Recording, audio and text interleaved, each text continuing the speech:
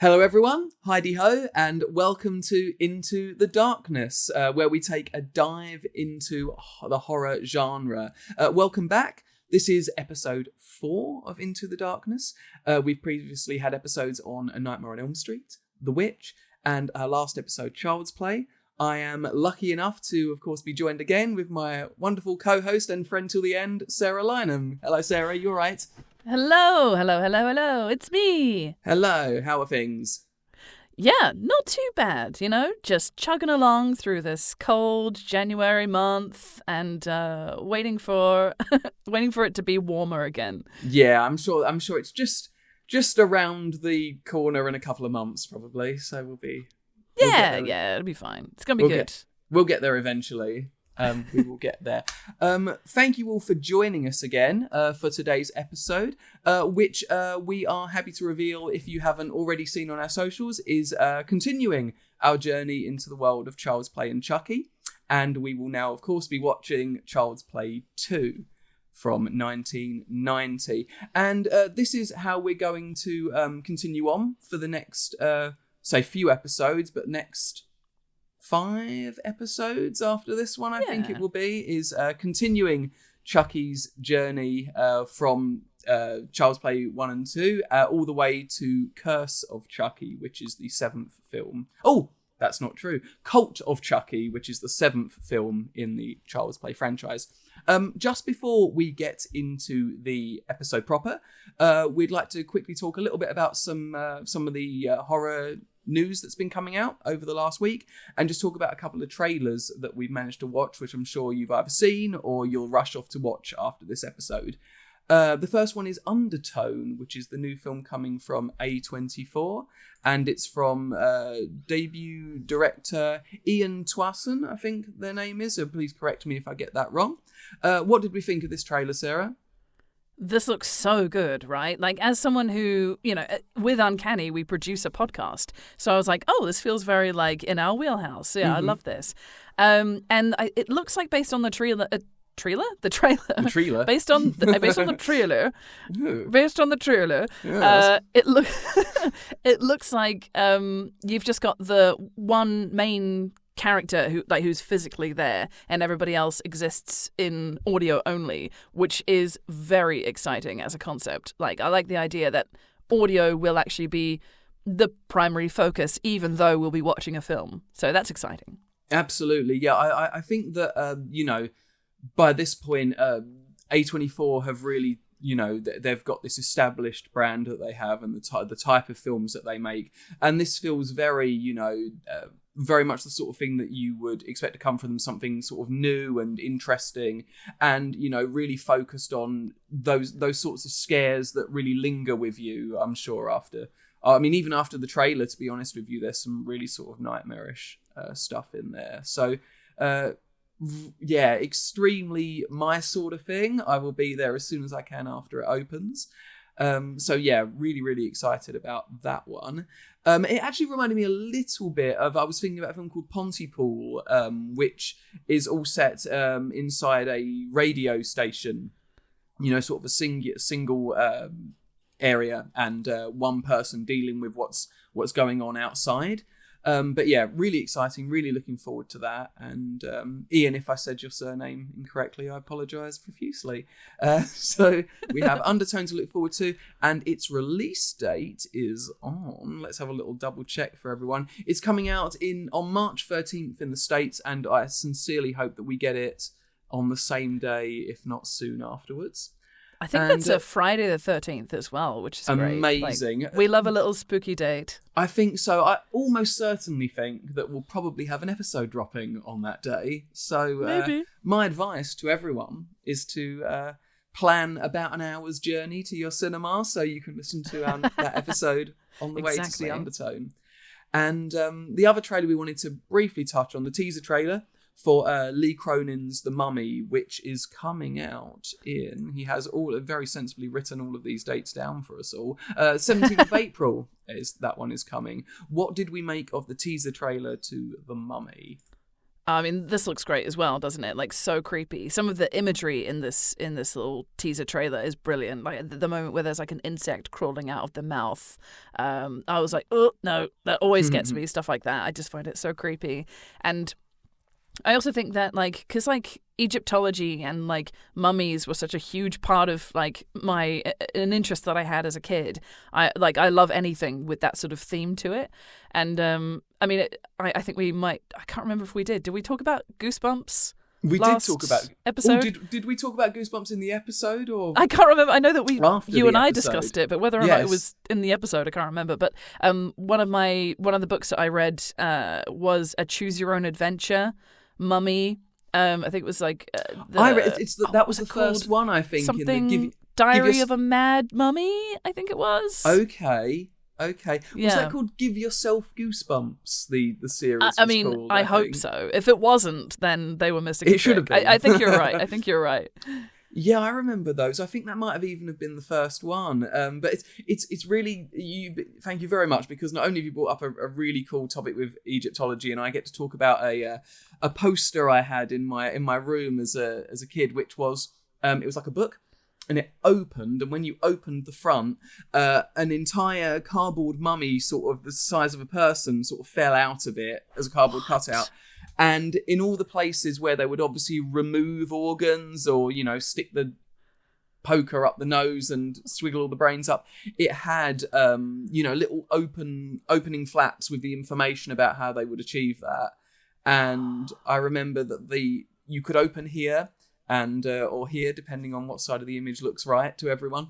And they would keep the heart in the body because they thought it was where the soul was kept, or that it was the equivalent of what we would consider the brain to be now, and so that was kept in the body, but everything else was put into canopic jars. Yeah, that sounds right. Cool. We've digressed, but in a really good way. So yes, this looks really good. Obviously, Lee Cronin is the director of The Hole in the Ground, which is a really great slow burn horror movie, and what I think is one of the best sequels we've had in quite some time in the horror genre, Evil Dead Rise, from a couple of years ago now, maybe. Yeah, and. Much like Child's Play and Chucky, another series of films where they don't seem to have put a foot wrong yet. Yeah, agreed. Love that series. Yeah, they're amazing, and so let's lots of stuff to look forward to, and Undertone and The Mummy both look awesome, and we will be there to watch them when they release. So, without further ado, actually, a little aside there. Speaking about Goosebumps, you given me a lovely little segue there, which is that on the last episode I said that I'd have a couple of toys to share with everyone. If you are not watching the video of this, I apologise, but I will either post or have already posted, as this will be in the past, images of the things I'm going to show today. And as you brought up Goosebumps, the first one is my little Slappy, my little spinning round Slappy doll. Now, I don't remember exactly when I got him, but Slappy was my Goosebumps icon when I was growing up. Loved Night of the Living Dummy. And this guy used to be sound activated, and maybe would be if I had any new batteries to put inside him.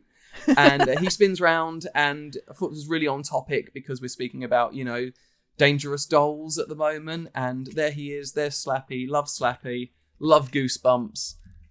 Here we go on to Child's Play 2. We have digressed well, though, I think, so far. we have. And I hope it's a pattern in the as we go through the rest of the episode. So, Child's Play 2, released in 1990. So we are now exiting obviously the 1980s, which was when the big slasher boom was. And we have had Child's Play in 1988. So this is coming about 2 years after the first one, which at this time was a respectable amount of time to have a sequel, really. They were coming out sort of yearly. I know that Friday the 13th in particular cleared something like 8 films in 8 or 9 years or something like that. It's absolutely ludicrous, really. But we're heading into the 90s, so new decade, and really a new, horror's changing a lot now at this point. After 1990 and Child's Play 2, horror goes on quite the journey where people get tired of the slasher icons, those films start to die out a little bit. And then a few years later, Scream happens, and we have this, sort of meta slasher boom. And then we head towards the end of the 90s with the J-horror craze, and also, the rebirth of some of these franchise icons, including Chucky. But more on that later on. We're getting ahead of ourselves. This was I believe, as you hadn't seen the first one before, this is the first time watch as well, Sarah, this one? Mm-hmm. Yeah, absolutely. First time watch. And it was such an easier watch after having watched the first one. I'm like, I'm so excited for this and all the future iterations. I'm so pumped. It's so good. Absolutely. Now, the nice thing about this is that we can do less sort of, much like the film itself, do less setup and just get into what we love about the film, what we think about it compared to the first movie. The differences in the two films, which I think there's quite a lot of actually. I think that they are different films. This is a leaner movie. It's I think this is we've had our build up, and now it's just just over 80 minutes of Chucky goodness, really. The film is directed by John LaFia, who is one of the writers of the first film, who's taken over directing duties here, and is written by Chucky's creator, and the person who will be go on to be the most associated with Chucky next to Brad Dourif, which is the writer of this film, and I think all of the films after this one, Don Mancini. What were your expectations going into Child's Play 2? Did you have any? I don't know if I necessarily did. I think I was hoping for more of the same, at the very least. I was hoping for, I don't know, I guess just more like exciting murderizing from Chucky. And it absolutely delivered on that, for sure. I think there are some like incredible set pieces as well. I mean, obviously I'm getting way ahead of myself, but the very end sequence is so good. But even the intro is really full on, and like right from the start you're like, oh no, why are they putting them back together? Why would you do this? But also then the film wouldn't exist if we didn't do that, so actually I'm on board. But a wild idea, and I guess the whole is sort of framed as we need to make sure that this Chucky doll is not sinister and is actually fine. We investigated it, and it's absolutely no problem. And there's even a sort of allusion to the fact that they have obviously mass produced these guys, and the guys who are bringing this one back have said, "Oh, sorry, it's taking longer because we're not used to doing it by hand anymore." A lead into what we're going to see later, which is the scale of how many of them are being made now. That's it. So, as we said, this is 2 years after the original, and the film begins and ends with two really, as Sarah said, two really amazing set pieces. And the first one is the putting back together of Chucky, which, as you say, because it's all done by hand, would be this extraordinarily expensive and terrible, way of making a mass-produced doll. It would the time issue would be an absolute nightmare. But what it does do, I think, is create this. This is what we're giving you this time. The film immediately seems brighter than the first one. It's got a much more sort of intense color palette to it.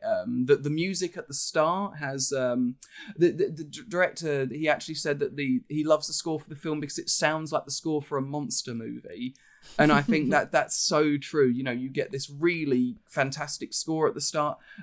Chucky's being put back together by the PayPal Corporation because, as you say, they want to check that.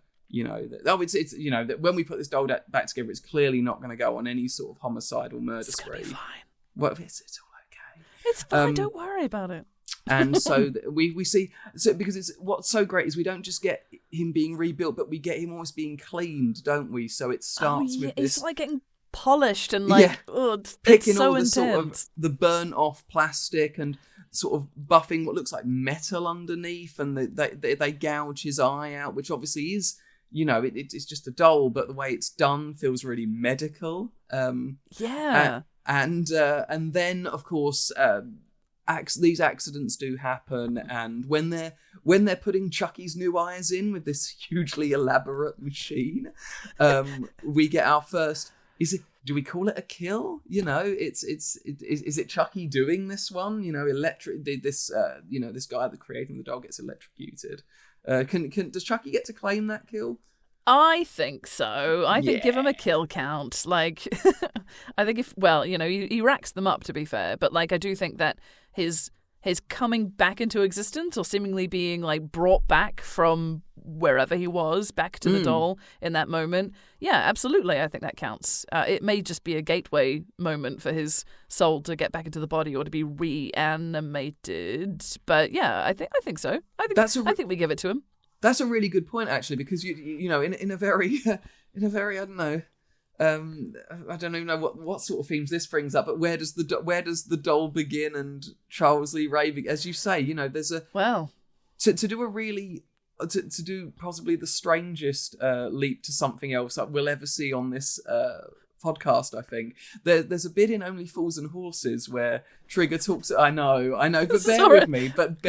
With me. Strap in. There's a bit in there where Trigger talks about getting a medal because he saved the council money by using the same broom for 20 years or something like that. And he says, you know, I've looked after this broom. This broom has had 7 new heads and 18 new handles or something like that. And you say, well, how is it the same broom? So you think with Chucky, therefore, what bit of it, because it's new eyes, new skin, new arms, where does Chucky begin? And as you say, maybe that's how maybe he leaves the doll temporarily, and then when the eyes get put in and this guy gets killed, it's like a sacrifice maybe that lets Chucky re-inhabit the doll. Yeah. It'd be interesting to see. I mean, I don't, obviously I've not seen any of the other films, so it'd be interesting to then look at how, however he comes back in the future films, how that maybe marries into this moment, like whether there is a connection with the eyes, or whether that is purely foreshadowing for later on in the film, or whether it is literally a case of, oh, well, we decided that that's what brings him back. That's what we've decided for this film in particular. Yeah, I imagine it's... I imagine it's a little bit... We're just meant to go, oh, yeah, the doll's alive again. But we've added a lovely bit of context for everyone there that may have never been there. But damn it, we're finding meaning, and that's what's good about it. So Chucky, that we don't, we're not shown that he's back to life yet, but we're given a fairly good indication after this amazing intro. And then we head and we find out what's been going on. You know, at the beginning, there's a little bit of exposition that Karen, Andy's mum, she sided with her son. She said, look, no, this is definitely what has happened. So she's now receiving psychiatric care. And Andy has been sent to an orphanage to be looked after. So that's where our characters are, and that's where this film starts. So just a little bit about the Chucky doll in this one. This might be a nice time to talk about, because I think this is a huge, huge upgrade from the doll in the first film. I think he looks... like he's had this fantastic renovation to him. When he changes, he looks so monstrous and so evil. What was your impression when you saw the new doll, particularly when it started to move and later on in the film?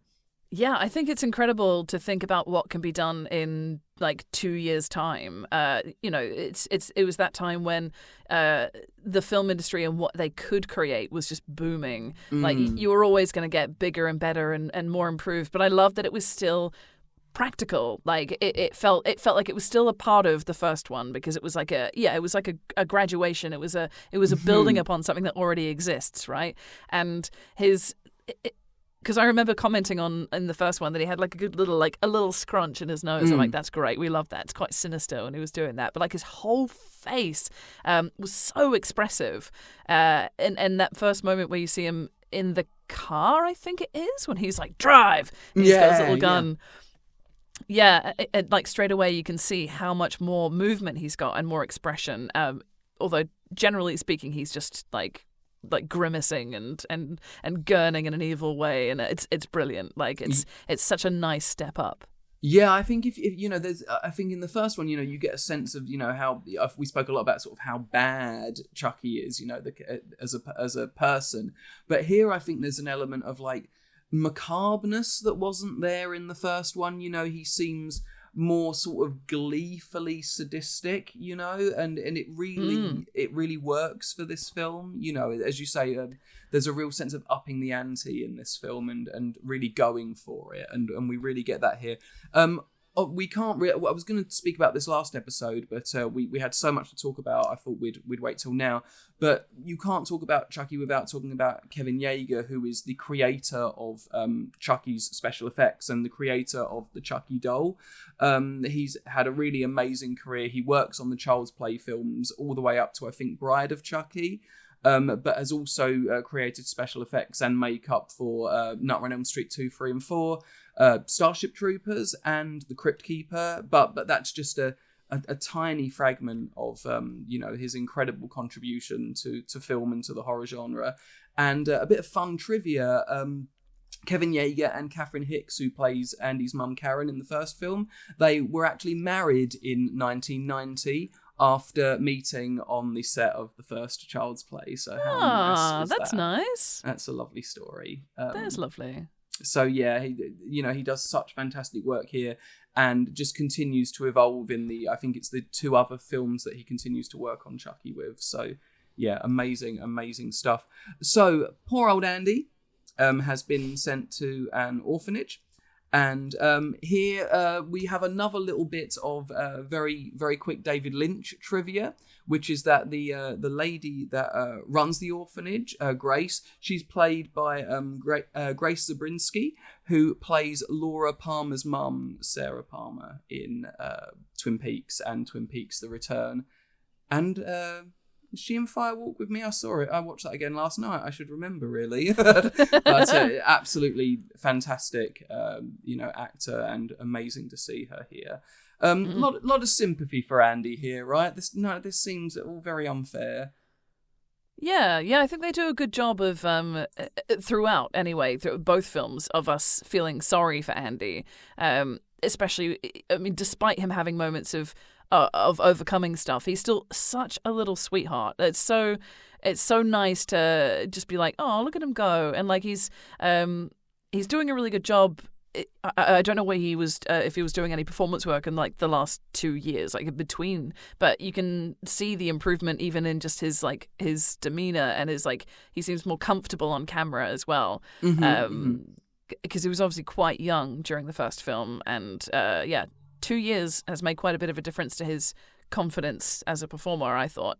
And like the character is very much, we want to look after him. He's been through a lot of trauma, and we're hoping that this couple that are going to adopt him are actually going to, treat him nicely. And there's an interesting kind of the mum in the couple, the female in the couple seems very, very, very happy, very enthusiastic, and the male seems quite skeptical and sort of thinking, I don't know, he's quite traumatized. I don't know if we're qualified to look after this kid. Yeah, but they talk about, don't they, don't they say that you fostered a lot of other kids, and you think, well, come on, dude, like, what's your problem? Like, give this poor kid a chance. Right? He's over it something straight away, right? It's just, he feels he sort of sat there very knowingly, and I don't know, like when they're sort of observing Andy, I guess, because he's sort of in a room next door. Like, what is he gleaning from looking through at him and going, no, I don't know about this one. Yeah, I know. I mean, not in the way he thinks, but this is a bad decision for them. They don't know it yet, but things don't go well. But it just seems like from the outset, he just views this as he just hasn't really got time for poor Andy. And I think it's Joanne, the foster mum's name. She's exactly the person that you would expect to come caring, considerate. You saying about the performance of from Andy as well. There's maybe a little bit of a this sort of idea that child actors can be really annoying at times. That some films can people feel that they can sort of really bring down a film, but there's just none of that here. He's wonderful in this film, just like he is in the first one. But as you say, more confident. and a little bit older too. So yeah, great stuff. So he heads home with them to their home where they, show him around, and we have a Chekhov's ornament in this one. We had what did we have last time? Chekhov's chimney. Yeah. Chekhov's fireplace. Yeah, Chekhov's fireplace. Yeah. Now we've got Chekhov's ornament. So that the family have this ornament on a table in the living room, which is mustn't be broken. It's super meaningful and worth something. And I just remembered something. So the mother says at this point that was given to her by her mother, and Andy says, "And who are you going to give it to?" Yeah. And there's literally a moment between the couple where nothing gets said, and I'm like, "Oh, I see. I think there's a problem here. You can't have your own children," and maybe that's why they're doing all this fostering, but also. I mean, we're about to meet Kyle, who seems like a total baddie, by the way. But but also when you think about, she is awesome. But I think maybe if they were fostering a lot of troubled children, maybe the dad was a little more I don't know, affected by that and more skeptical as a result. And instead of sort of seeing that Andy is very lovely and very sweet, he just presumes that all of the kids from this foster place are going to be a bit difficult or something like that. Maybe yeah. But you're right. It's a really sort of human moment, isn't it? And it's one of those, wonderful things where saying nothing says everything, and you can read a whole world of sort of who they are as people, and maybe the sadness in their life, and it's another moment where kids can say something that is just being inquisitive, but it can it's so succinct and so cuts so deep without meaning to that it exposes something, and I think that's definitely what you get here. Interesting thing about the set at this moment as well is that it's not a home. It is a built set, and it's raised about 8 feet off of the ground. And the reason for that is that you need to get people under the set to control the Chucky doll.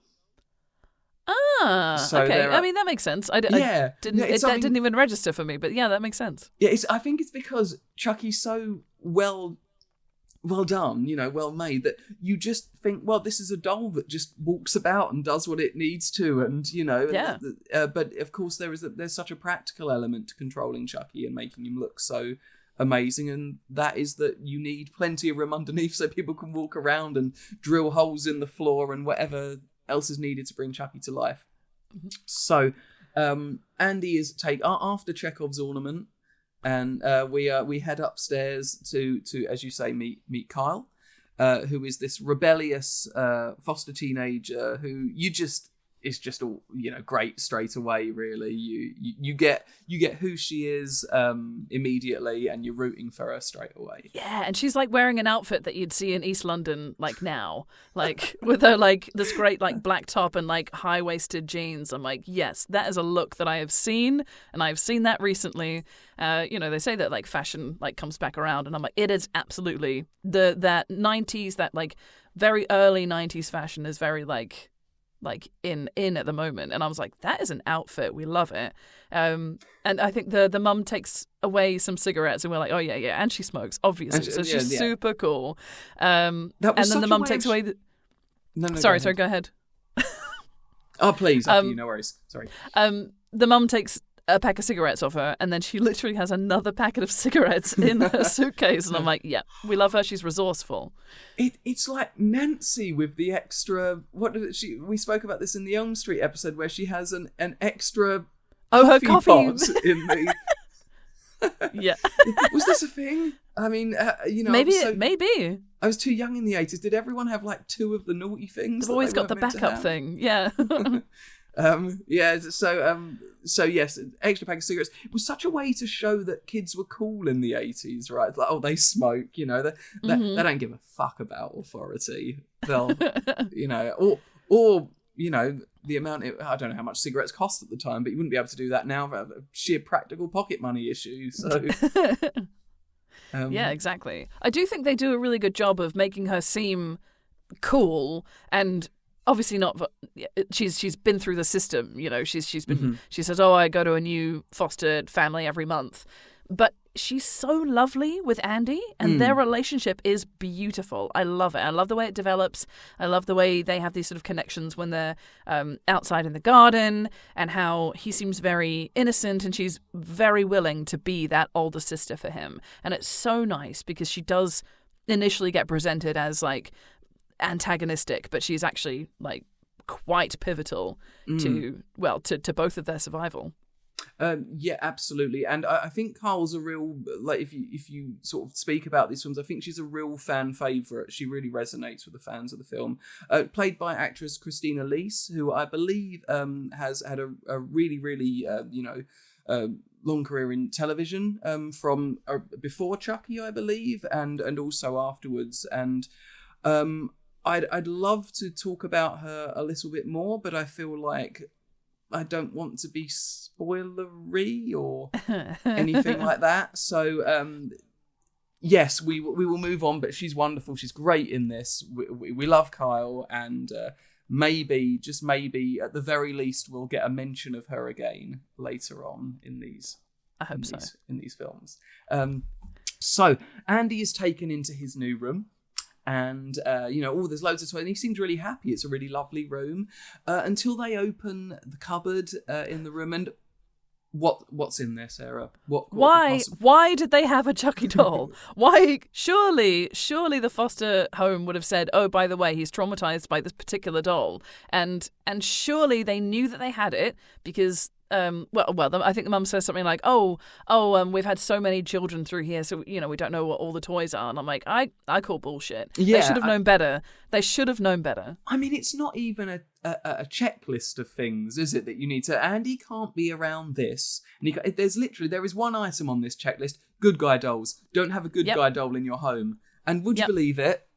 There they are. We just forgot about that, 3 or 4 foot tall doll that we keep in the cupboard with really bright clothing that talks. It just slipped our minds. What can we do? But it's a nice little jump scare actually as well. Doesn't it fall from the top of the cupboard? And it does. He's like trying to grab a skateboard, I think, and I'm like, oh yeah, great, yeah, he should definitely get into skateboarding. And it just falls down on top of him, and he tries to run out of the room. And the dad stops him and goes, second rule of the house, no running. Like he's a bit of a square. He is. But yeah, honestly, why do they have that?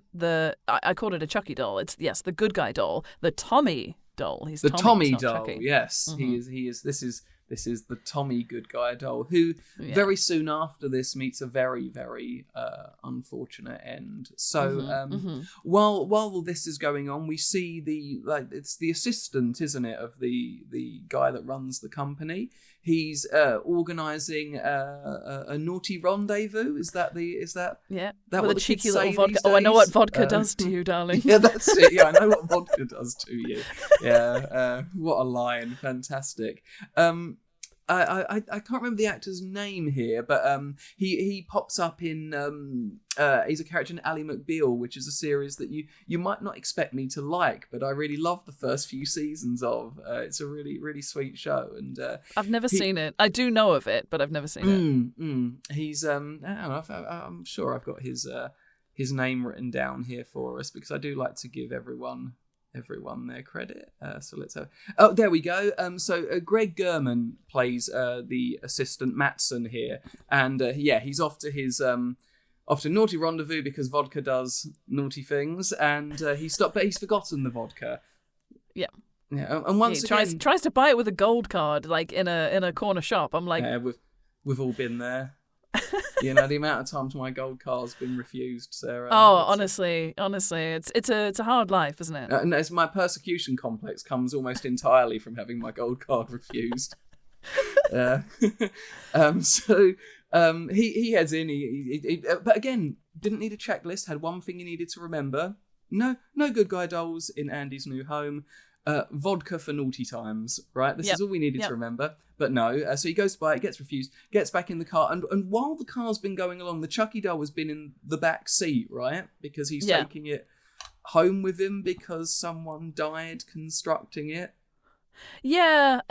Basically, I think your man who he was talking to, who was like heading off to speak to the board to be like, oh yeah, that Chucky doll's fine. It's not going to kill anyone. Don't worry about it. He says to him at the start, he's like, oh, what do you want me to do with the doll? He's like, why don't you shove it up your ass or something like that? And I'm like, amazing. Don't threaten me with a good time. Maybe if his partner's had enough vodka, maybe it'll go up. Anyway. No. Well, no. Maybe. No, I don't want to rule it out. So while we're leading up to this, the doll is like giving an indication that it's alive. Once again, in a very, maybe a bit of an homage to how we see Chucky at first in the first film. We don't see him move directly. He's sort of laying down and then he's sitting up. And then when he gets back in the car and drives along, this is when Chucky threatens him. And we're straight in here. We see Chucky. Chucky is fully animated at this point. And at this point, we get our first death that can definitely be attributed to Chucky, where he... Now, I remember... Now, I was thinking about this scene, actually, because I have this vivid memory of this scene, and I cannot remember if I saw Child's Play 1 first on video, and then saw bits of this film afterwards, or whether I saw bits of this film on TV and then saw Child's Play after, because I have this distinct memory of the death here, where he's suffocated to death with the plastic bag or the sort of clear tarpaulin, or I can't remember exactly. I think it is actually a good guy plastic bag. Is it? If I remember correctly. Correct me if I'm wrong in the comments. Please. But I'm pretty sure that's what I remember seeing.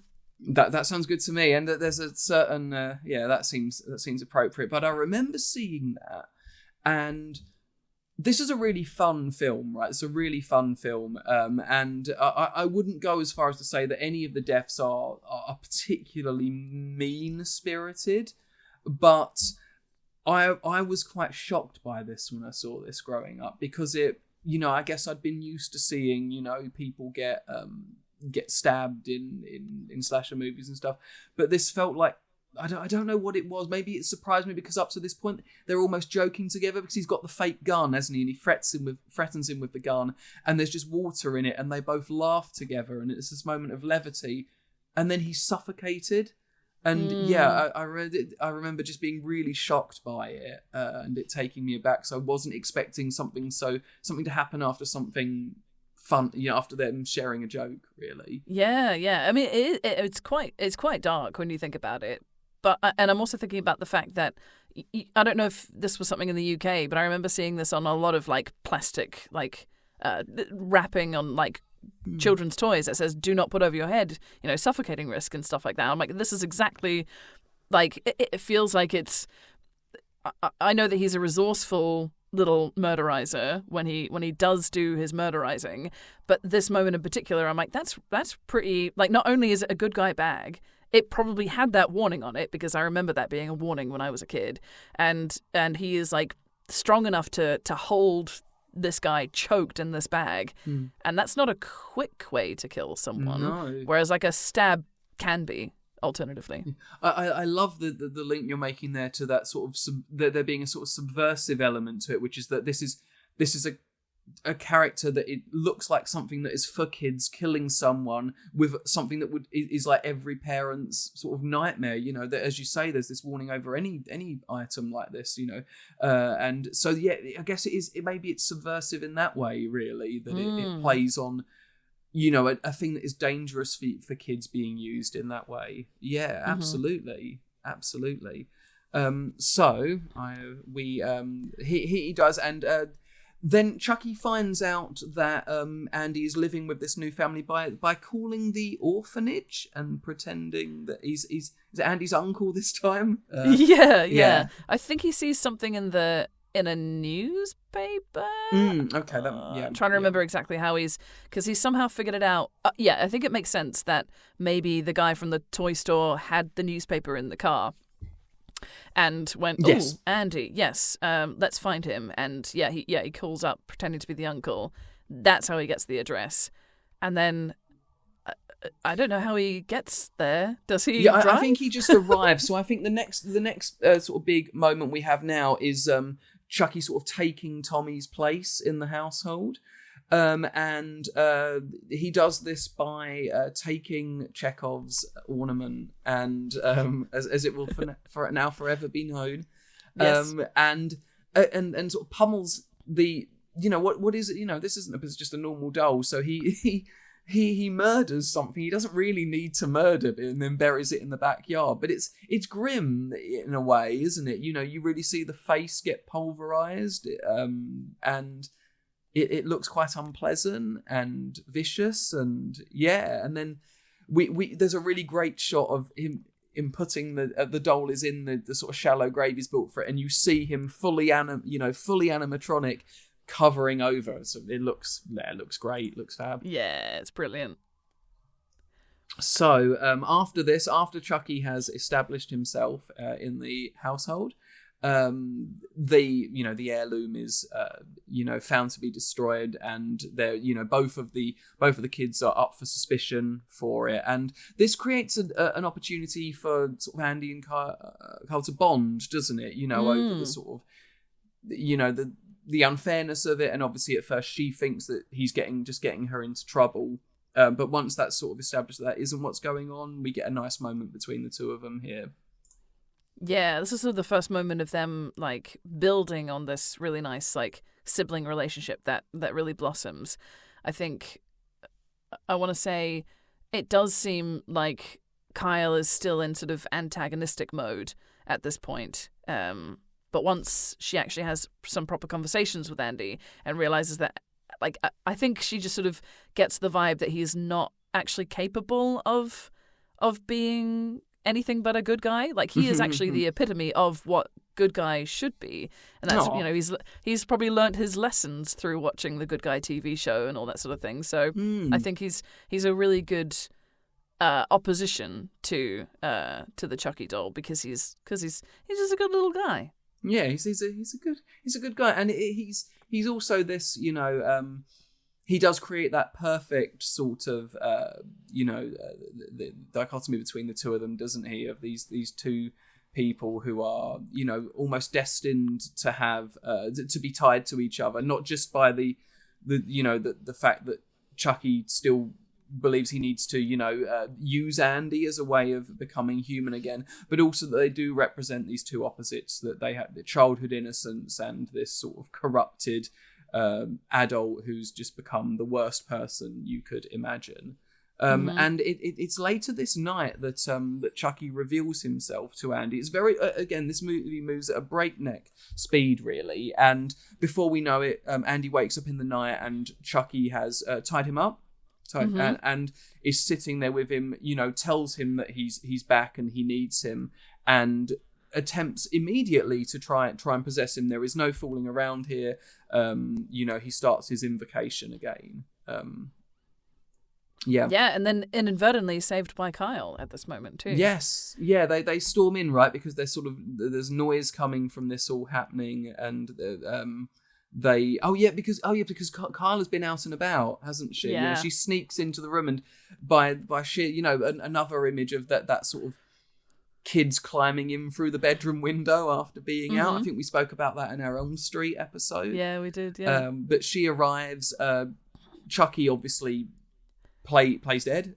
Pretends to just be a doll, and parents come in and they blame Kyle for this, that she's for some reason tied Andy down so that he couldn't tell on her. I feel a threat would have worked perfectly well, really, but absolutely, didn't have to go as far as having him tied in, but I think I guess the thing is that at this point what Andy is, he knows what's going on, so he would fight back against Chucky. He wouldn't be as kind of timid and scared as he was in the first film. Absolutely. So at this point, Phil, isn't it, the foster dad? Phil, I think his name is. So he's had enough, and he's gonna put his foot down, and Chucky is thrown unceremoniously into the basement, where after the fall he realizes that he's starting, as same in Child's Play 1, the longer he's in the doll, he becomes more human, and he notices that he's bleeding, and that this process, which maybe was reverted back when a new doll was constructed, is happening again, and the urgency of needing to take over Andy's body returns. Mm-hmm.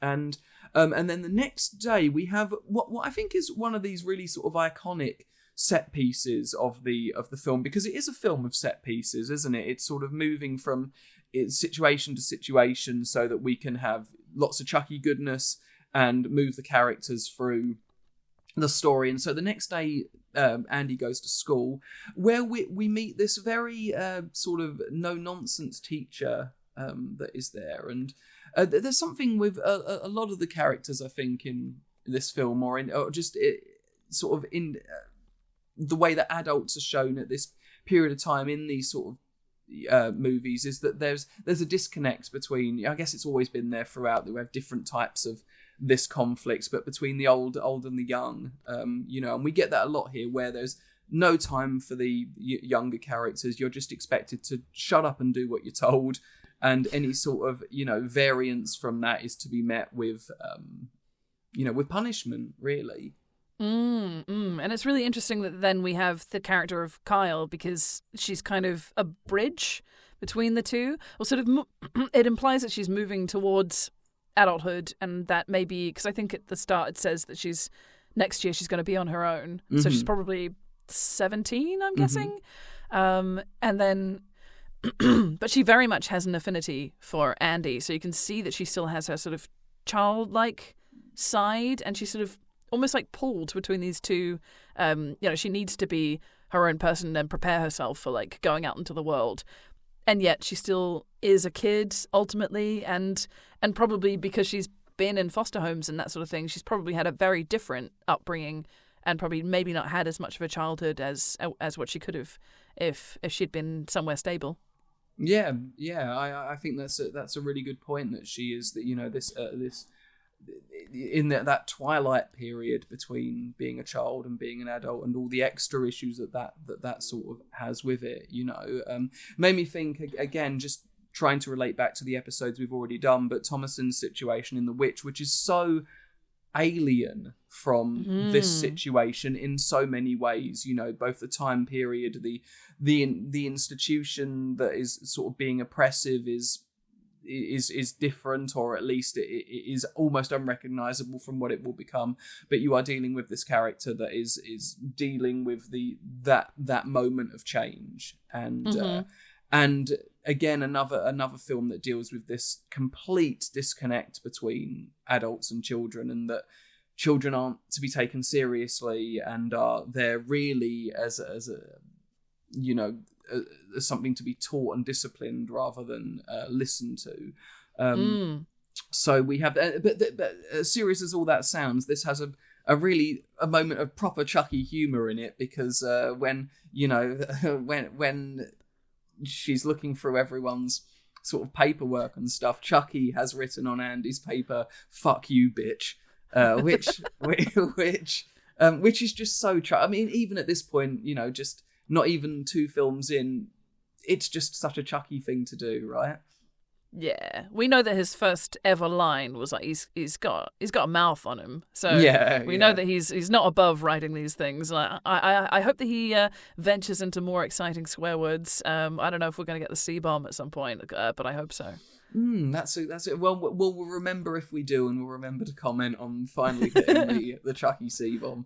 But yes, she's obviously thinks Andy's done this, and he's given, he's told to stay behind after class. And then we're leading up now to another really, really great set piece kill, which is when she goes into the cupboard, and Chucky attacks her and then beats her to death with I guess you'd call it a large ruler, wouldn't you? I mean. Again, this feels like it feels like it's saying something, because that was a form of discipline, right? Many, many moons ago, of sort of slapping someone with a ruler. And yeah, I just feel like, whilst I've commented several times now about how resourceful he is as a killer, and he's not just here's my knife, I'll stab.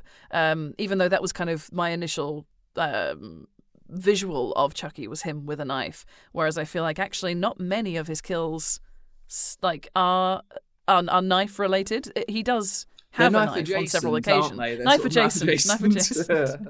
But yeah, the stabbing is. I think we get. I don't want to keep saying things like foreshadowing and like Chekhov's whatever, but like there's also Chekhov's. Is it a basketball or a dodgeball? Something like falls from the top shelf when she's in the little cupboard, and she goes and then puts it up on the top of the shelf, and then gets stabbed with an inflator, one of a ball inflator. Yes, I'm like, this is great. Like we keep seeing as ways of like killing.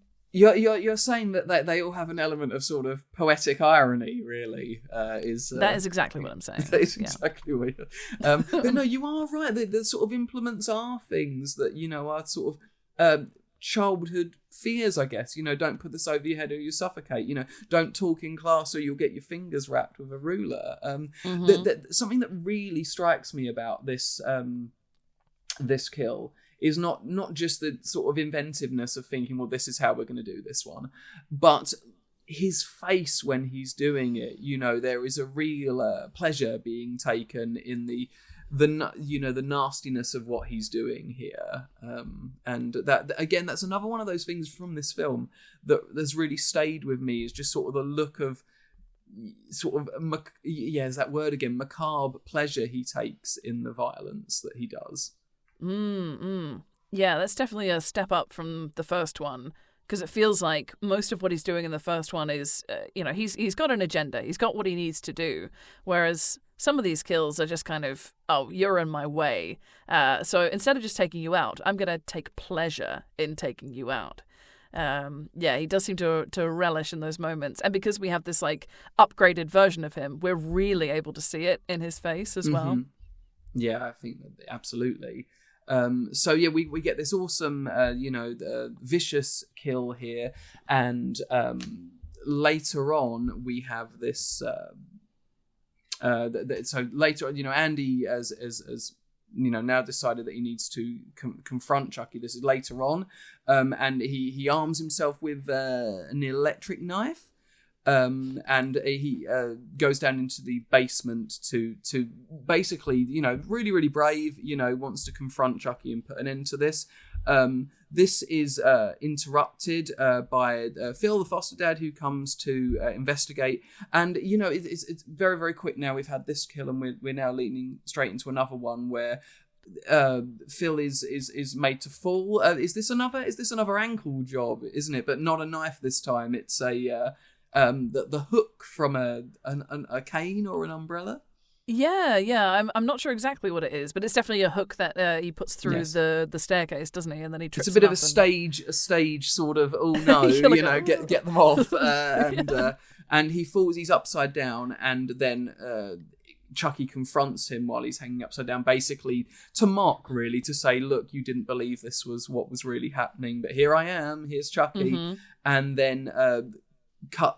Makes him fall, and we get a neck snap here, which I think was done actually in reverse. It was they suspended the actor, and he sort of hung upside down with his neck at an angle, and then they just pulled him up so his neck sort of straightened and lifted him, and then they just played it in reverse, and that's how the special effect was done. That's very cool. Yeah, sort of a sort of tale as old as time, real sort of classic way of doing things, but it's really effective, so it really works. I love all that sort of movie magic stuff. Like, I just think it's so cool. So, like, innovative. Instead of trying to figure out a way to make it look real in real time, they go, oh, well, yeah, why not reverse it? Why not? Like, yeah. Still works now, and it doesn't date in the, I'm going to sound really, it's not like special effect, but there's something about, sort of trickery like that, and also the practical special effects, that even if they do, and when they do age, that you will suspend your disbelief a lot more for them, because they're tangible and happening. They're happening in situ. They're actually happening, within the film, as opposed to something like, not that there's anything wrong with computer generated effects, and they've got their use, but when they date, I think people seem to be a little bit more unkind to them because they were never really there in the first place. Do you think that's true? Yeah, definitely. I mean, my go-to example for things like that is Lord of the Rings. Like, so many of the camera tricks were done as like practical camera tricks. So positioning of actors or the camera or props being made to be different sizes and all that sort of thing was like all part of what they were doing. And that sort of thing doesn't age in anywhere near the same way that something digital does. And that's actually another thing that I really like about these films is that they are film and that there's a sort of texture to them that's just so satisfying. Obviously I'm watching it digitally, but the original print is a film print. They haven't done any sort of atrocities like removing the grain and too much and whatnot. I mean, that is, now we're living in we'll talk about this for a second. Why not? Let's go for it. So obviously nowadays there is this sort of temptation when people are restoring film that people don't want to see the grain, they don't want to see the imperfection, and so that's processed out, and what you're left with is not just sort of a less detail, but you're left with what wasn't originally there because of an image is created almost on top of, and as you say, there is something about watching film in a cinema when you can, at amazing places like the Prince Charles Cinema and the British Film Institute on the South Bank, where you can go and watch film be projected and you can see it for all of its glory and grain and imperfections, and as you say, it feels, as you say, it makes you feel like you're watching a film, which is digital film's amazing, and it's given people an avenue to do really interesting things, and also for people that haven't got access to film, the ability to make films themselves. So it's wonderful. But this period does have that look and that feel, doesn't it? So we have those sort of practical effects and also genuine sort of film stock being shot onto. Yeah. So, yeah. No, that's great stuff. Phil is killed by Chucky, and we have quite a sort of harrowing interaction here, where obviously it's discovered that he's died. Everyone is obviously cut up about it. Andy is told that he's going to have to go back to the orphanage, but his interaction with his foster mum Joanne here is just brutal, really, because you understand her completely, that she's just lost her husband, but she doesn't blame him exactly, but she holds him responsible in some way for this, that he has brought this situation into their home. Yeah, I'm remembering a moment where she's sort of gazing out of a window. I think she's I think she's packing Andy's things, and Kyle is there, and she sort of says something like, "Oh, I should have listened to him. If I'd listened to him, this wouldn't have happened." But yeah, it's really interesting that she's mature enough to not blame this child, which is very sensible, but also not to kind of take away from the gravity of what's happened, and knowing that it's not a coincidence that these things have happened because he's around. It's quite sad, and I think she's fabulous. Like, what an amazing actor as well. She's really good. It's really well. This really, pitched exactly right, because you would, if you put yourself in that situation, it would be really hard not to blame someone, even if they're not directly responsible. They are, So yeah, it's another moment, like we said earlier about the, who will you give this ornament to later? Where you get a moment of like, realness amongst all the fun and the chaos and the violence. So Andy is sent back to the foster center, and Joanne is left alone in the house, and Chucky, does what Chucky does, unfortunately, with Joanne, while at this almost at the same time, I think, or just after Kyle discovers, because there's an earlier scene, isn't there, where they've got sort of a swing in the garden underneath where Tommy is buried, and they're swinging backwards and forwards while they're talking, Andy and Kyle, and Chucky's just sort of sat in the background, sort of eyes widening, thinking, I've only just done this, don't find this out. But Kyle discovers that Tommy is buried there, and this is the moment where she realizes, I should have been listening, but unfortunately at this point it's too late. Joanne is killed by Chucky, and Chucky essentially forces Kyle, now reveals himself to Kyle and says that he needs to go to Andy, because of course he still thinks that this is what he needs to do. He's got to get Andy now. This is all getting a bit out of control. The kill of the mother, we don't actually see it happen, right? No, we just we see don't. Kyle No. discover it, which is interesting because every single other one at this point we have witnessed. Maybe there's an element of like the people that have. I'm going to say that they're bad people here, and I of course don't mean that in the sense that they are awful, terrible people with no redeeming value, but the people that have died so far have at least, exhibited sort of a character trait that maybe makes them a little bit less appealing. It's a very diplomatic way of putting it, isn't it? Isn't that lovely? And so maybe it would just be seen as you don't want to see Joanne get killed because it would be too, maybe that would cross the line between this being a fun, sort of movie into something much more unpleasant, or seem, as I said, more mean-spirited than they wanted to go with this one. Do you think that's right? Yeah, I think that's right. That sounds like a very sensible way to do it, because I do think that she's absolutely lovely, and she's always trying her best to give Andy the benefit of the doubt, even to the point where, as we were saying just earlier, that she's clearly able to separate Andy not being at fault with the situation of her partner having just passed away. Like, and I also think that, it would be a lot to see her get killed, because she is really sweet, and but I appreciate that they utilized her sewing as one of the nice things that she was doing for Kyle at one point, like making her a scarf, and it's like, oh yeah, kill her with that. No, that's for sure. And it's interesting, isn't it? I think as a tool, because it does sort of set itself apart in that way, because other slasher films may choose to go there, and maybe on this occasion this one decides not to, and I think it's the right decision, actually. I think it's the right decision. So yeah, I agree. Yes. So Carl now knows that Chucky is alive, and they go to the foster center where poor Grace, who's been off screen now for quite some time, is killed by Chucky, and he very much, this is a knife killing, isn't it? Yep.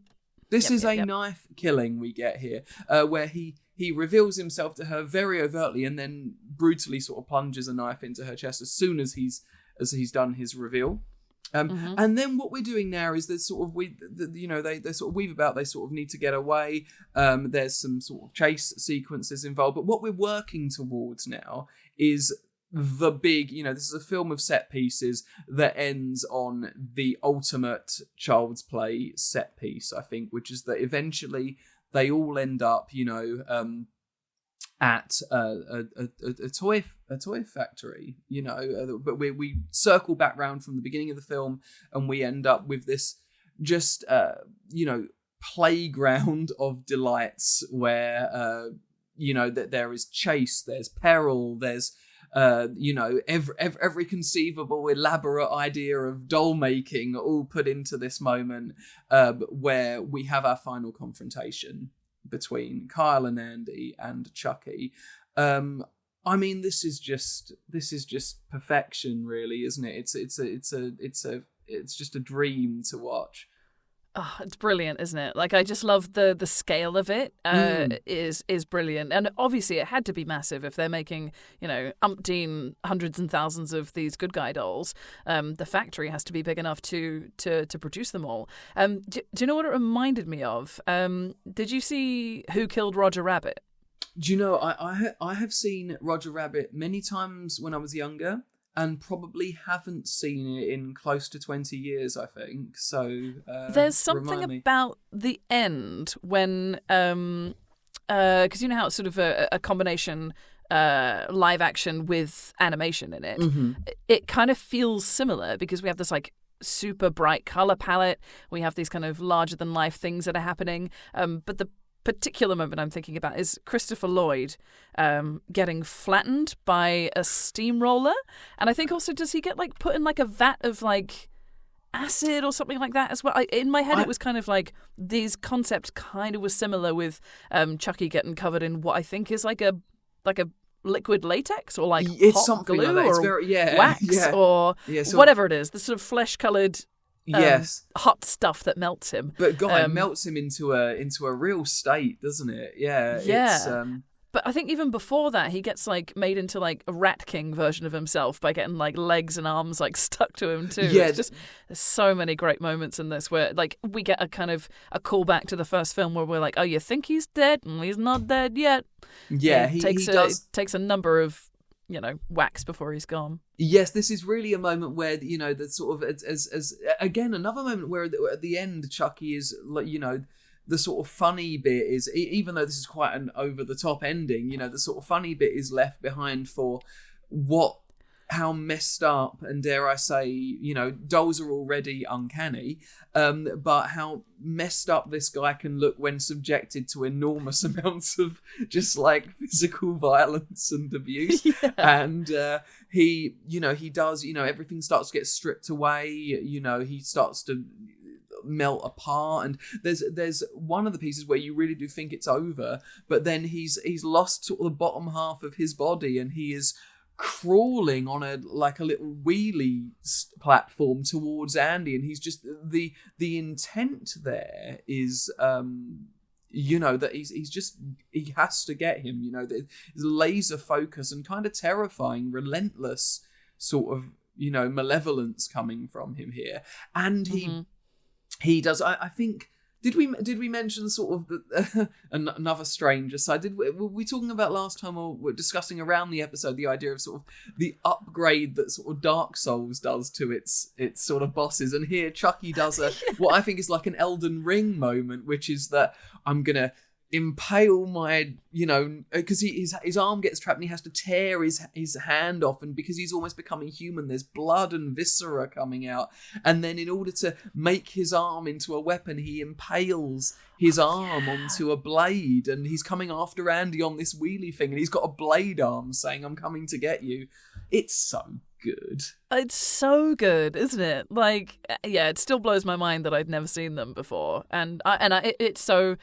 I actually kind of like the fact that I'm seeing them now, because I'm able to like absorb them fully and be like, yes, I love every element of it. I can see like bits of it that probably wouldn't have registered as a kid, and like how much they've thought about these films and how important this character is and the other characters in the world. And like, yeah, it's so admirable to see the universe be taken so seriously, so that he can be this level of like completely over the top in the way that he interacts with the world, but it's real. It's all grounded in this real thing that people are all agreeing is real. I don't know. That felt like just a garble of words. But, No. I think it does. You know, I think if you set up, you know, there's a reason these films are so beloved and, you know, endure the way they do. And I think it's often because you can take a ludicrous premise, really. And I'm not saying in this particular situation this is ludicrous, but it's heightened, it's elevated.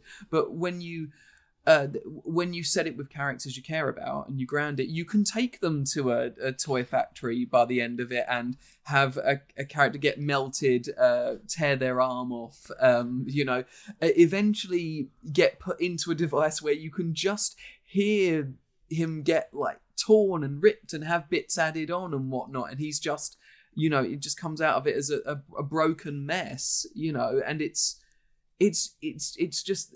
It's what the film has been building towards. Anything less would be wouldn't leave it with such a great feeling, and it's fab. Yeah. I mean, I know that for people that love this series, I think Child's Play 2 is a massive highlight, if not the most loved film in the franchise, which is unusual for horror films. I think quite often you'll have, you know, the first film is beloved, and then there are fans of the franchise and they love the films, but they hold that first one as a really special film, where I think this film, as much as the first one really, is held in such high esteem and is so beloved because it takes what that first film does and it almost strips down the thrillery element and the detective-y element and just says, no, this is where we're going to get to know these characters, particularly Andy and Kyle and Chucky, and we're just going to go for it and deliver just over 80 minutes of absolute, goodness that just works so well. Do we? So I don't want to do ranking necessarily, because if we're going to do that at all, we're going to wait till we'll wait till we finish all of them, but okay. Was it after finishing this one, was it just a case of going, oh my god, like they're just pulling these are just smashing it, or did you find this one more fun than the first one, or? Well, I've already revealed to you that I've watched them both twice now. Yes. I originally preferred number one, but then on the rewatch, I was like, no. This is the chuckiest Chucky film, because we don't have to. I think it's great because we've already established who he is. We don't need to worry about sort of spending too much time reconnecting. We didn't have to do, last time on Child's Play. There's none of that. It's just we're straight in. He's right back to where he started from. He's like, right, I'm in this body again. I need to get out. I need to find Andy. Like, that's already there. So he can just be the chuckiest Chucky that ever chuckied. Yes. And it's I would say. Yeah, and now that I've watched them a couple times, I think I would say that, Child's Play 2 is literally only slightly the one to be. Currently the one to be. But only slightly, because I think there are some incredible moments in the first one. Again, like when I was talking about how, like, if the world is real, it feels real, and you can get away with more in that sense. I feel like they already locked that in and established that in the first film. The performances are so grounded and so real that make I'm curious to see where we will go from here, because this it's massive, and I don't know whether I don't want it to jump the shark. I hope that when it does, that it is absolutely insane when it does jump the shark. So without any spoilers whatsoever, because we don't want to do spoilers for yourself or for people that are listening to this, and they're like, we'll watch Child's Play 3 before the next one, and then I go ruin it for them. But I think what you do get is is the next film is like a sort of a progression from this one. And then Bride of Chucky is like a complete reinvention of everything. I think that's when Don Mancini, the writer, he really goes, right, what do I want to do with this now? And it goes to some really fantastically wild places after that. In terms of sort of jumping the shark, I honestly believe that there are no less than stellar films in this franchise. If there are maybe one or two that aren't as brilliant, but I don't think there's anything in this, in a world of, franchises that have lots of sequels that have sort of, maybe some ups and downs in them. I don't think there are any downs in this one. There are just, films that maybe aren't quite as great as the others. But I don't really want to say which ones, because that seems a little bit mean. No spoilers. And sort of don't want to be before an episode going, well, the next one's a little bit of a, but all of them are great, and they all progress the character. Something that does happen in the next film that I don't think is a spoiler as such, but Andy is in the next film, but played by a different actor. Okay. Now, this is something that. Yeah, can I give spoilers later on? No, I can't. This is something that happens. It's something that also happens in another film series I really love, Phantasm, where you have the actor that plays Mike is played by is played by the same actor in every film except one of them. And this is what happens in the next film as well, is that Andy's played by a different actor. which may or but if Andy comes back again, that is not necessarily won't stay that way. Okay. I can't say anything.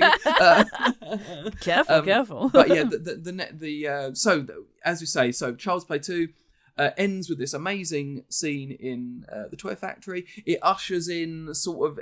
I think this film is the slasher genre reaching a really fantastic high.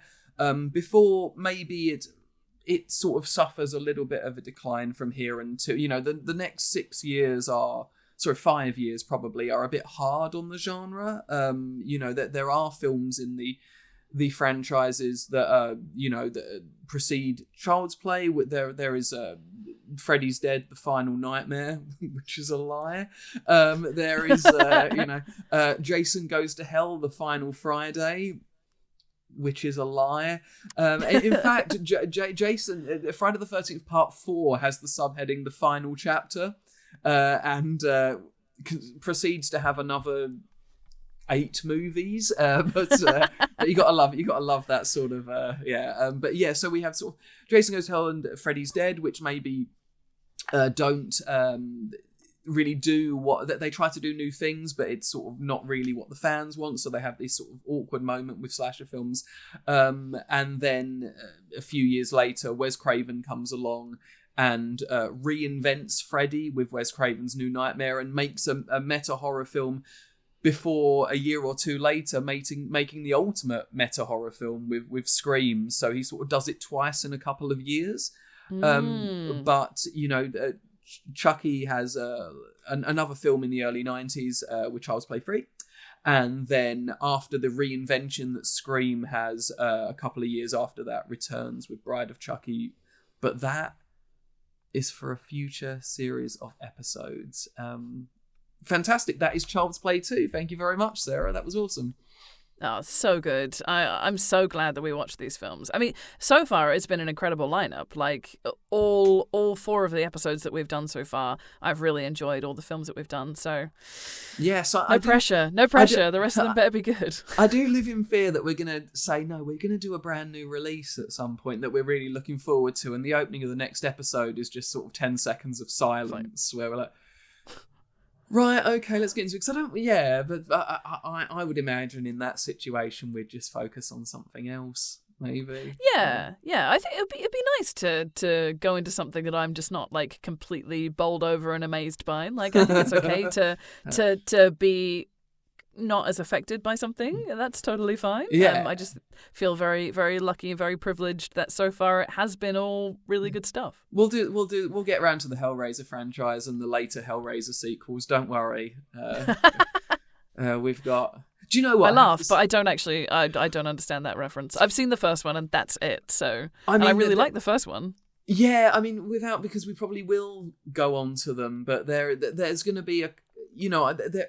I think that I have a little bit more love for some of the later films in that franchise than other people. I think there are some good ones, but even I will admit there are some tough times ahead with the films in the Hellraiser franchise. But we do have coming out this year what is so beautifully titled Hellraiser Revival, which is a video. Let's talk a little bit about some upcoming stuff and maybe some things that we've, some horror stuff that we've interacted with recently before we sign off. So obviously we do have Hellraiser Revival coming out, which is, has Clive Barker involved, has Doug Bradley returning as Pinhead, looks to be pushing the envelope in ways that I'm concerned might not even make it past the censor guidelines for things like Steam and PlayStation. I mean, it looks so out there. I mean, I was at Develop, which is a video game developing conference last year,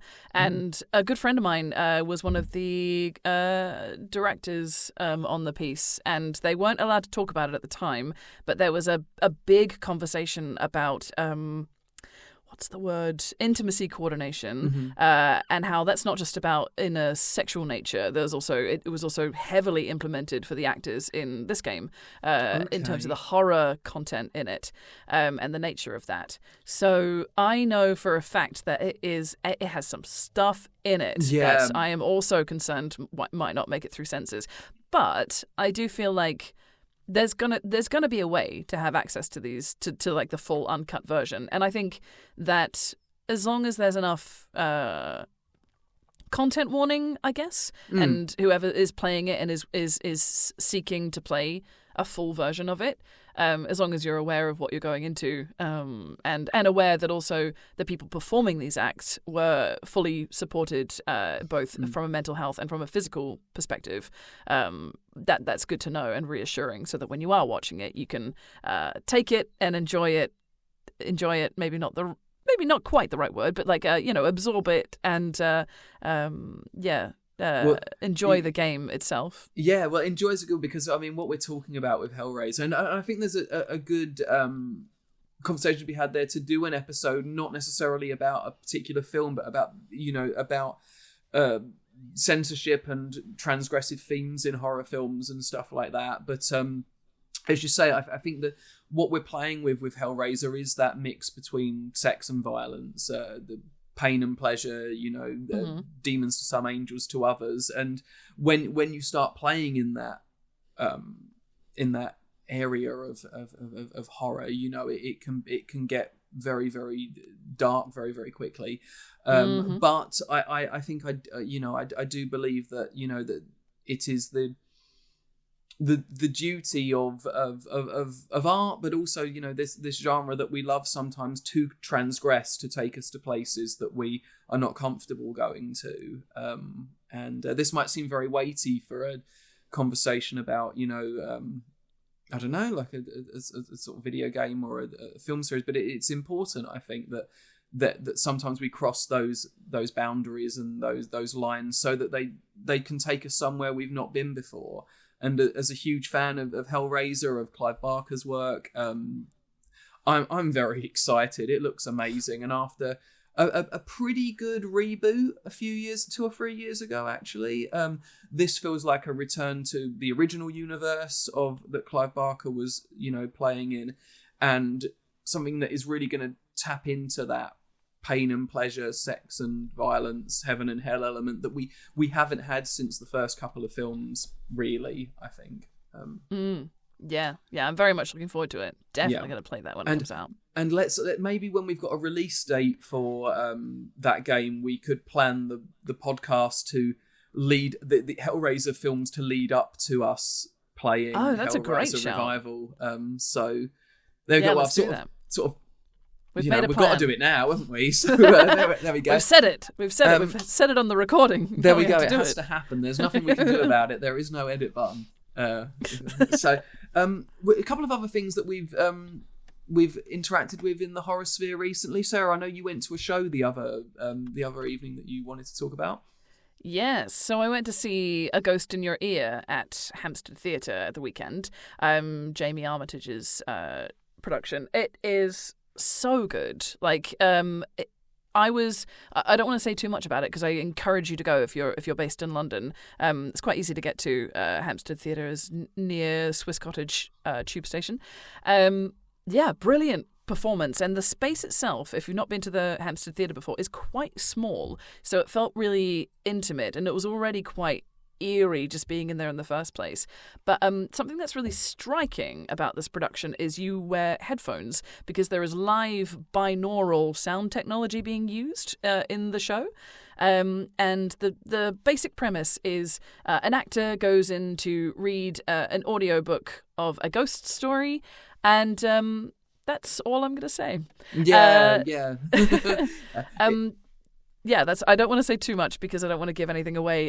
But there are two performers in it. One plays the actor doing the narrating, and the other is the sound engineer who's looking after him during the recording process. It's brilliant. It's really. It's got some really good scares in it. It's really eerie. The actual storytelling of the ghost story is exceptionally done by, remind me of his name, I want to say George Blagden, who, if you've Okay. seen the Vikings TV show, he played Ethelstan in that. But yeah, he's fabulous, and they do an incredible job of like the set is very simple, very very beautiful to look at. It's a recording studio that you're looking at, but this binaural head is being used throughout the production, and you get your binaural sound while you're listening to it live, which is very cool, very clever. Yeah, and there's some incredible lighting design. Yeah, I heavily encourage you to see it. It's been extended until the 14th of February. So yeah, grab your tickets to that if you can manage to get along to that. Well, I'll definitely be grabbing mine. I love, we all love it here at Uncanny. We all love horror theatre, and I've seen a couple of shows that have used binaural sound, and it's just so effective, isn't it? You sort of sense of what's going on in the room with you. So I will try. Then, not that I haven't seen it, so all I know is it's about a recording of a ghost story. But it reminds me a little bit. There's one of the Mark Gatiss Ghost Story for Christmases, which is the only original one that he's done. I think it's called The Dead Room. I think it was the second one. I think it's Simon Callow in it, and that it involves the reading of a recording of a ghost story that starts to do ghosty things, and that's really effective as well. It's a really good medium, isn't it? Well, we hope so at any rate. So to tell these sort of stories in. Yeah, definitely. I think Mark Gatiss was actually involved in this production, maybe just really? from a consultancy point of view. I don't think he's executive producer or anything, but I do know that he oversaw some parts of the production. So yeah, we know that it's good. I know that it's good anyway, but like having Mark Gatiss's little tick is always a good sign. Definitely, yeah. I will attempt to see it maybe before our next recording and report back. But no, it's exciting, and also showing at the minute in terms of horror theatre, because we should plug them, because people should go, because we need more horror theatre, and the more people that go, the more horror theatre we'll have. Paranormal Activity has just extended its run as well. I have no idea what that show's meant to be like, but I like some of the movies an awful lot, and I'm just here to go see horror on stage. Yeah, me too. And if anyone's into sort of slightly more campy musical theatre, Beetlejuice is coming to the West End in May, and I cannot wait, because the music in that is brilliant. Yeah, I've heard a couple of songs and really enjoyed them. So this isn't a horror play at all, but have you heard any of the music from Paddington the Musical? No. So there's a song in it which Paul, which is, for people that are listening, Paul, my husband, he's been obsessed with. There's a song in it called Pretty Little Dead Things. And, yes, I have heard that one. I think that's the only one that I've heard like little snippets of. And it's just fantastic. In fact, we heard it and we're like, we've really enjoyed the Paddington films. How do we get onto Paddington Into the Darkness, where we discuss Paddington the Bear, and but no, that's sort of a macabre little song as well. So even in the big shows at the minute, we've got this little, lovely little. Macabre's my word of the day, apparently. It is. If I need a little siren to go off every time I say it, but, that's really lovely too. Just a couple more horror bits that I'll do really, really quickly, because we're really, really good at massively running over our designated hour when we do this, and I don't want to get better at it. So a couple of releases that are worth checking out. Shameless have just put out this release, trying not to get the reflection on it. This is the House of Laughing Windows, which is a nice 4K restoration of the iconic Giallo film, which I had not seen before, and it's quite different to a lot of Giallo I have seen. It's much more subdued. There's this sort of real atmosphere of sort of advancing, encroaching dread in it that I wasn't expecting and really appreciated. And it's about a guy who goes to a town to restore a fresco painting in a church, and he starts to uncover a series of events that happened, a little time ago, to do with the artist that painted it. It's quite low on the sort of the blood and the sort of violence that you might expect from a Giallo movie, but it's got this atmosphere that is unlike nothing else I've seen in the genre, and really, really worth checking out. Shameless have done an amazing job on the restoration. It looks stunning. And the other thing I wanted to quickly talk about is a book that I picked up last year, but I've only just had the time to finish. It's Coffin Moon by Keith Rosson. And I hadn't read any of his other books, but I love anything to do with vampires. This is a really brilliant, fast-paced read about a guy and his wife who have adopted their niece. And after a sort of an event that happens within the family, they come into contact with this figure of who comes into their life, wreaks a sort of devastating act onto them, and then they're left to deal with the ramifications of it, and track down the vampire, the guy that did this. Really great pacing. Loved reading through it. Read it really quickly once I got the chance to. And I'd really recommend that if you're looking for a vampire movie and you like a bit of your vampires being quite brutal as well. There's some pretty good violence in it, so I would recommend it. It's really well written. Check it out if you can. I think that should probably round us up to a nice hour and 20 or something. So well done us. Thank you all for joining us. If you've made it through our mammoth runtime today, we appreciate you and love you for it. Thank you so much. We will be back really soon with our episode on Child's Play 3. We are going to endeavour to get these episodes out nice and regularly for you now. So, like, subscribe. We're on YouTube, Spotify, Apple Podcasts. Are we on anything else? I think basically everywhere you could get podcasts, you should be able to get our podcasts. You should. And if all else fails, we have them on our website, which is uncannycollective.co.uk. Amazing. Thank you. No excuses. You must watch. No, there's no reason not or to. Or listen. And do share your thoughts as well. This is our 4th episode.